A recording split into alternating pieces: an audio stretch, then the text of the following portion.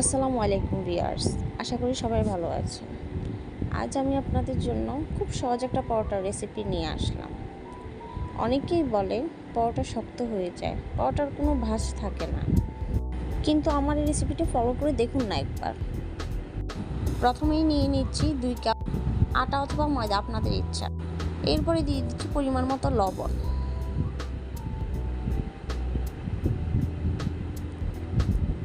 এরপরে দিয়ে দিব পরিমাণ মতো চিনি আর 2 চামচ দুধ পাউডার। আমার কাছে ভালো লাগে দুধ পাউডারের গন্ধটা, এই জন্যই, আর কিছু না। এরপরে নর্মাল টেম্পারেচারের পানি নিয়ে ভালোভাবে মেখে নিতে হবে।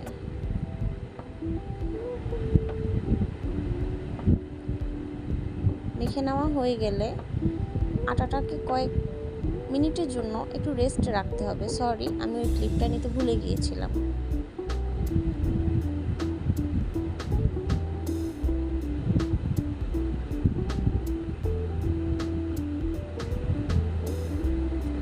এরপরে আটাটাকে কেটে ছোট ছোট লিচি করে নিতে হবে।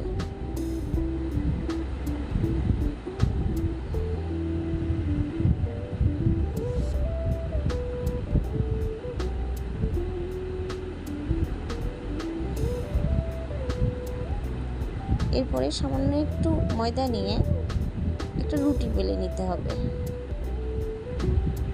রুটিটা যাতে বেশি পাতলা অথবা বেশি মোটা না হয়।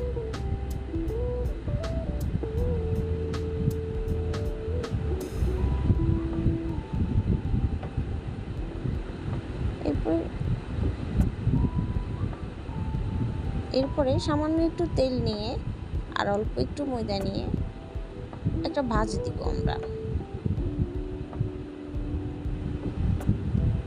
তেলটা দেওয়ার কারণ হচ্ছে যাতে পরোটাটা যখন চুলায় দিব তখন পরোটাটা ফুলে ভাঁজগুলো দেখা যাবে। জাস্ট এটাই, আর কিছু না। দেখতেও সুন্দর লাগে, খেতেও অনেক মজা।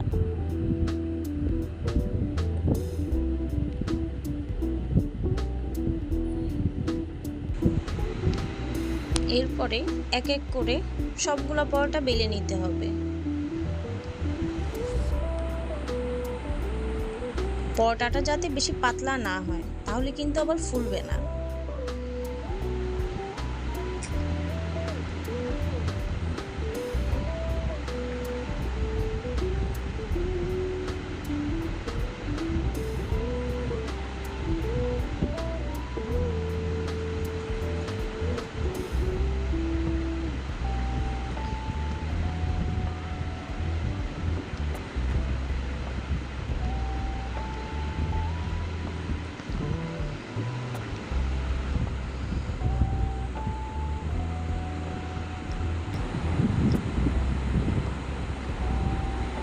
এরপর আমার কাজ তো শেষ, এবার চুলার পালা।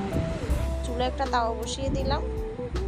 এরপরে তাওয়াটা একটু গরম হলে পরোটাটা দিয়ে হালকা রুটির মতো এপাশ ওপাশ ভেজে নিতে হবে।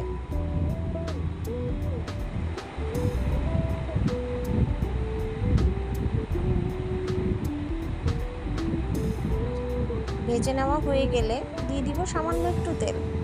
আপনাদের স্বাদ অনুযায়ী আপনারা ঘি অথবা বাটার ইউজ করতে পারেন। মাশাআল্লাহ, দেখেছেন আমার পরোটাটা কিন্তু এখন থেকেই ফোলা শুরু হয়েছে। আর এই পরোটাটা ট্রাস্ট মি, আপনি সকাল থেকে সন্ধ্যা পর্যন্ত নরম তুলতুলেই পাবেন। এটা শক্ত হওয়ার কোনো চান্স নেই। আর আমার হাজব্যান্ড এই পরোটাটা খুবই পছন্দ করে।